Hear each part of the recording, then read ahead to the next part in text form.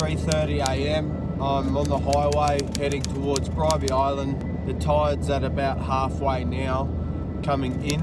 I'll probably just go up to the bunkers today.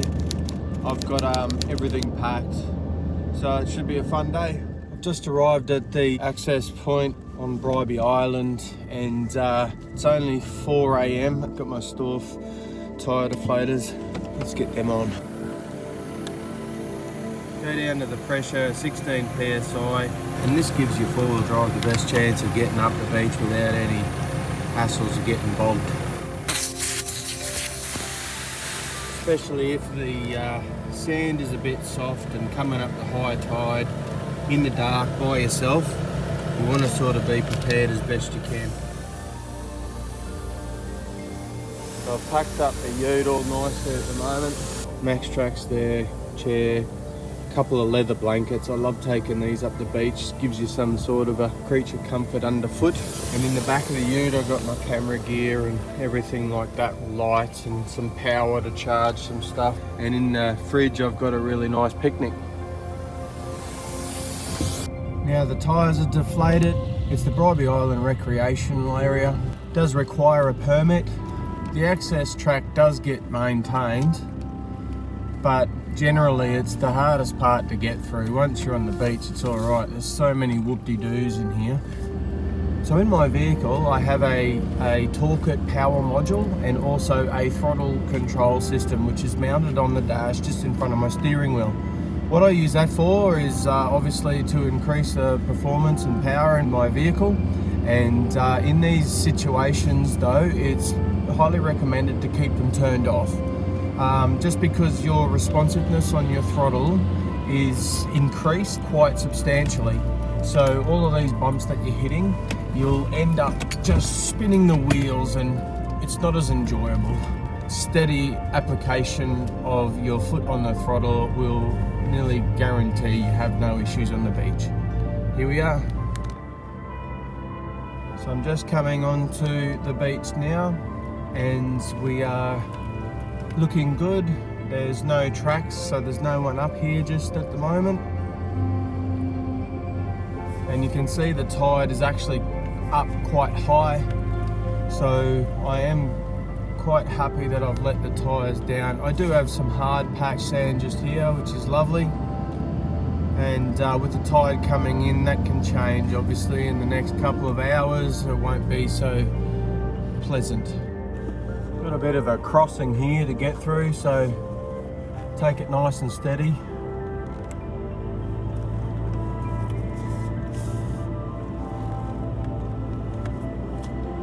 No dramas.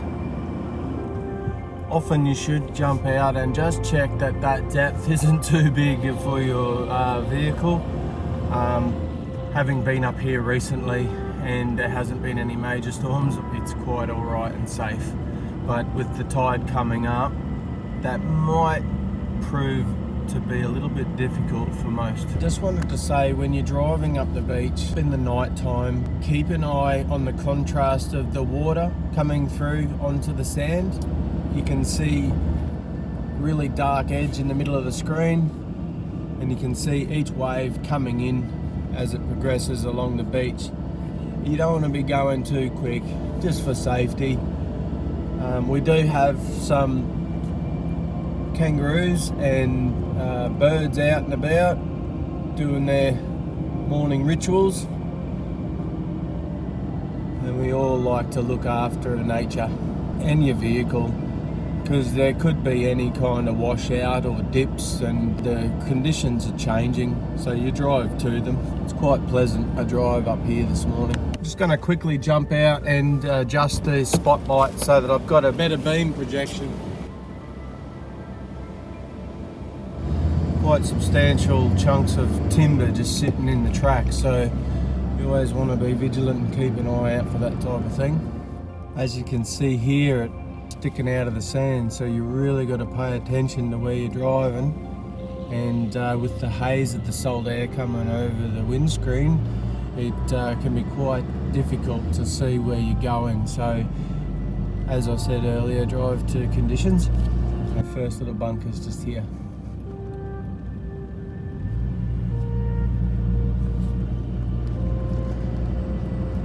actually travelled quite a fair way down the beach, that one. Here's the other one.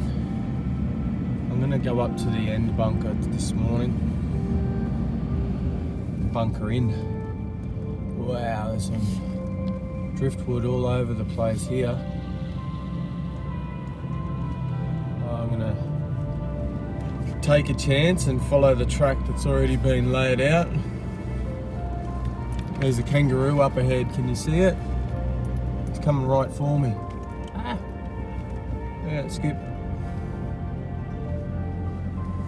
Oh, that bunker's washed off the bank now. Wow.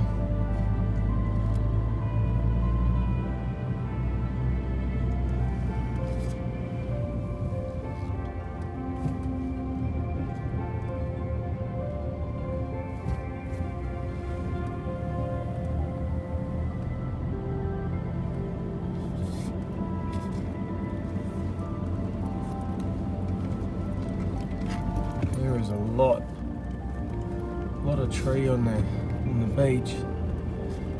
I'm not going to be able to get past this once it comes high tide, so I've pretty much got to make my decision up now where I want to be, and I do still want to be up in this location, so I just want to get myself up past my little comfy tree where I've parked many times, just in front of me here. And there should be just a slight cut in where I can get my vehicle up and out of the high tide. Just here. So that's my place for the day.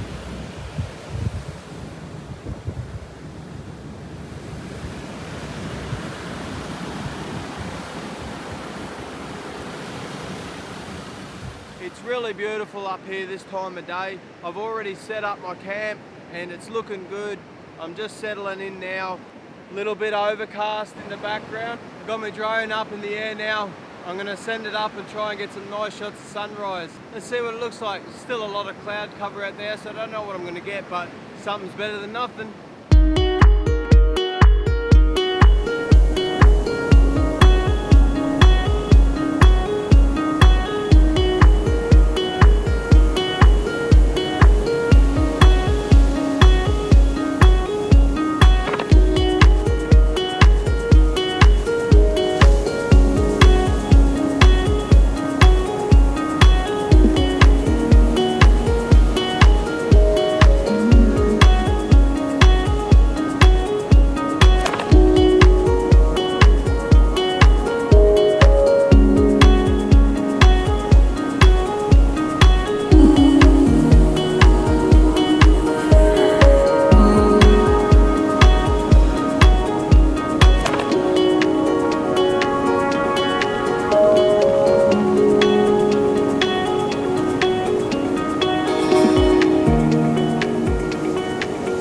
So the sun's now gone up, past golden hour. I'm going to go over this side and get some ready for breakfast.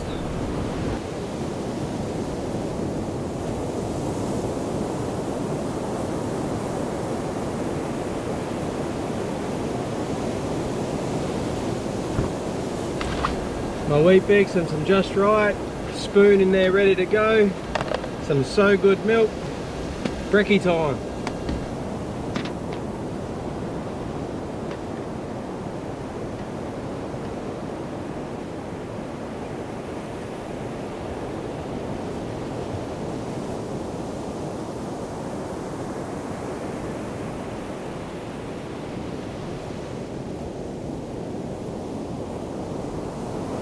No one else up here. I got the whole beach to myself and no one can even get up here now because the tide's so high.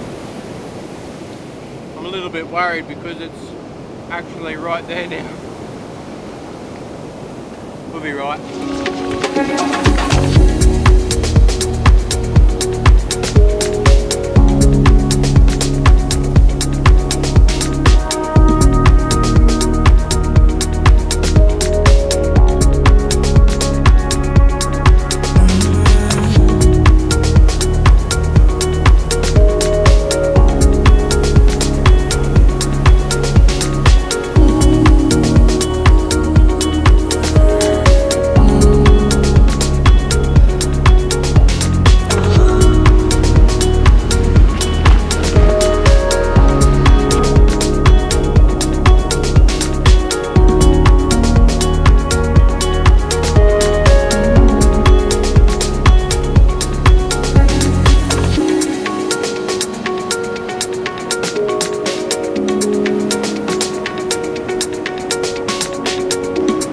That water was absolutely magic. A couple of motorbike tie downs and some rope and a hammock.